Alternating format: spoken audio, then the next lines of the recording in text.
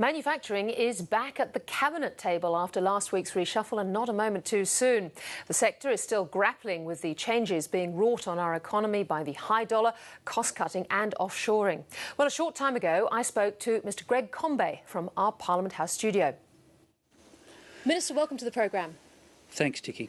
Now, before we hit manufacturing, just one question around what some in business are thinking at the moment. Why would the Treasurer today attack those who brought competition into mining, essentially, and who've taken on the Rios and the BHP bulletins, when he or government at the same time has really done a private deal with those big fellas, which allows them to revalue assets, which potentially means they could be paying a lot less tax?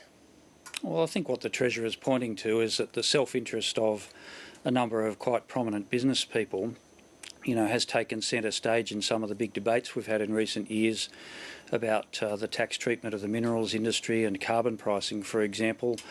And yet, really, what we need to be debating is the national interest, and that's what the government is acting upon. We're acting in the national interest to make sure that we can share the benefits of the mining boom with the rest of the Australian community. And he's drawing attention to the need to cut through some of the guff that you sometimes see occupy public debate, and to get to the core of the issues, and that is how we help working people through a period of adjustment in our economy and what the opportunities there are ahead. But you don't see a double standard with the deal that was done between the government and the very big miners?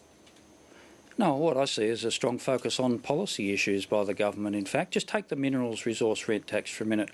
What are we doing here? What we're doing is trying to share the benefits of the mining boom with the rest of the economy by cutting company tax for all companies, of course, including small business, by giving small business a special $6,500 instant asset write-off, by putting $6 billion aside into a regional infrastructure fund, and by boosting retirement savings for Australian working people. They're pretty important policy outcomes, and sometimes some of the self-interest of some of the business people involved in the debate gets in the way. We speak a lot on this programme to manufacturers. As a sector, aside from cars, I think it's fair to say they feel a little bit ignored in terms of the social value that manufacturing can bring in terms of the distribution of wealth, which can be a lot greater than mining. And so far, there doesn't seem to be a lot of coherent policy around manufacturing. Well, firstly, can I acknowledge all of the good work that my predecessor in the role, Senator Kim Carr, has done, and it is certainly not the case that manufacturing should feel ignored. Senator Carr spent an awful lot of time working with people in the manufacturing industry and did a great job. I will continue to do so. And of course, some of the industries like the car industry or the aluminium sector that are feeling a lot of stress from the high dollar and, in aluminium's case, falling commodity prices, they're receiving a lot of attention, and understandably so. But what we've really got ahead of us here is an important transformation in the Australian economy. We've got to boost productivity and competitiveness and look to opportunities for the future for our manufacturing industry, because, as you say, it's very important. There's 1 million people employed in it, and the government will manage economic policy and manufacturing policy in the interests of working people. They've got a lot of issues. One that comes up a lot is consultation with government. And I'll give you an example. Submissions closed today, I understand, on the coastal shipping policy, which is really important for a lot of manufacturers. And I also understand that, I think it's the Transport Minister, wants draft legislation in his office on Friday. Now, if true, that makes a mockery of the process of serious consideration of input from manufacturers, doesn't it?